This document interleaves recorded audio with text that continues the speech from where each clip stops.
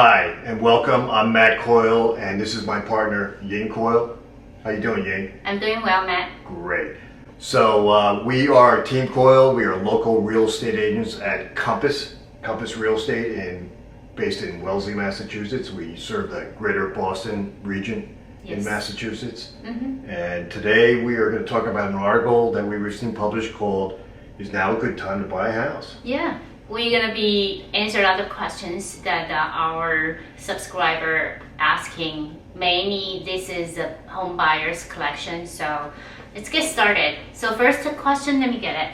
So it's from Sam. Sam is from Austin, Massachusetts. He says, "Hi, my wife and I are in the market for a house. We are the first-time home buyer, but we are concerned the mortgage rates being so high. Should we wait or should we buy now?" Well, it's a reasonable question, and one that we get often. There's really two parts to it. One is timing, and then the high interest rates. Let me start with the timing. Yeah. You can't time the market, so don't try. And that's not just my opinion. Never time the market. Even the legendary investor Warren Buffett would tell you that he has no clue what the market's going to do on any given day, week, month, or year. So forget about that. Okay, just focus on picking the right investment. And a house is not just a place to live; it's also an investment for most people. Yeah. Okay. The second part of the question was interest rates are too high. Now, it's true that rates are much higher than a year ago. See, the Federal Reserve raised rates since March 22. I think it was 475 basis points. So it's a big jump. It's a big jump from a year ago. So the 30-year fixed rate mortgage, according to Freddie Mac, is around 6.1%. But compared to historical periods pre-2008, that's a pretty reasonable rate. Historically, no. Obviously, it's higher than it was a year ago, but it's still pretty reasonable. So don't time the market. Rates are still relatively good. You just have to put it in context. What's the next question we got? So let me check. So next question is about from Elaine. Elaine, from Cambridge. He said, "I currently live in an apartment, which of course she's renting, but I want to buy a house so I can start building long-term equity," which is a very great idea. Yet everywhere I turn, like TV or internet, the pundits are predicting a market crash in real estate. So what her question is, should I postpone buying when the home price getting lower? So similar question to what Sam asked earlier. Yes. His focus was on interest rates. Her focus, Elaine's focus, is on price. Okay. Yeah. Again, on the question of timing, I've said what I've said. I'm not changing it. In terms of the TV and internet, turn it off. There's a lot of so-called experts out there predicting gloom and doom and that the world's going to end, we're all going to die. I'm not saying there's not issues with the economy. There definitely are. And if you read previous articles they wrote, we've talked about inflation, unemployment, real GDP. Just the economy in general and how it affects real estate. And they're real issues, but again, you can't control that. So what I would suggest is, again, hire a good agent and then, try and go out and take a look and see what's out there.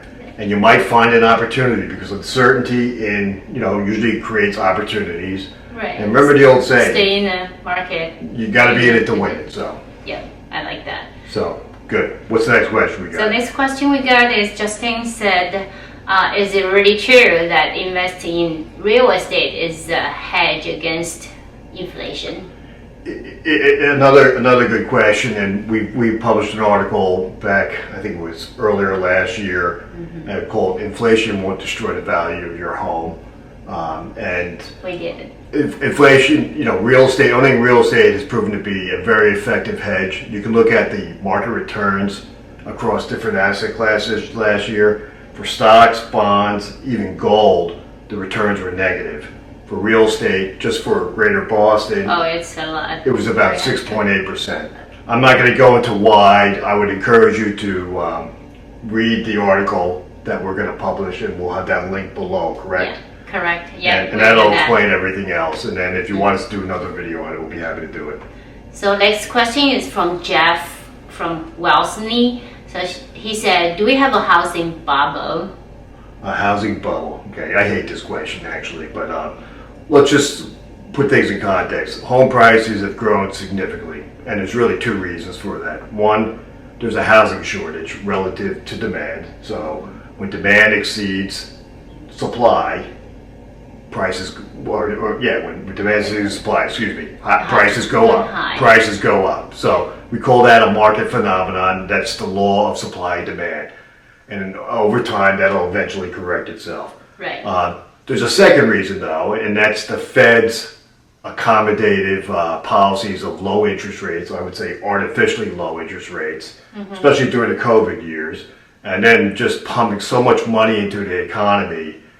Because remember, inflation, according to Milton Friedman, is a monetary phenomenon. So it's caused by, and the one who controls the money supply in the country is the Federal Reserve. So yes, I'm blaming them, okay, for the inflation part of it.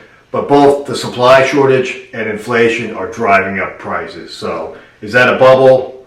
I guess it is to some degree. I would consider the shortage to be a more natural correctable one, where the inflation one, the Fed's trying to correct that by raising interest rates, which brings us to what I think the real question is not that do we have a housing bubble, but is the bubble going to burst? Yeah, that's a real question. And that's really the question I think Jeff is trying to get at here. Right. And I think if the Fed moves too fast and too much on interest rates, which it doesn't appear they are doing that, you could see housing prices drop. But still this year, they're still at even with last year or slightly better than last year. So I think the housing market is still an attractive market for both buyers and sellers. It's more balanced More today. balanced, yeah, because the sellers are more realistic and the buyers, There's less of them. right, Largely because of the Fed's policy of raising rates, and that's created affordability the issues. affordability, yeah, it cut a lot of people out of the game, right? I mean, yeah. So I think it's the theme today is, don't try and time the market. There are opportunities out there. Maybe you'll find them, maybe you won't. It depends on what you're looking for. Just keep looking. But Stay in the game. you got to do your research and hire a good agent. Yeah, definitely. And I think that's it. That's a wrap.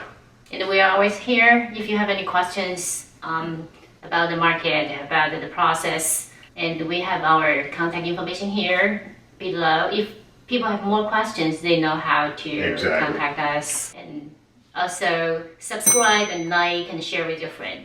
Great. Well, thank you very much. Have a great day.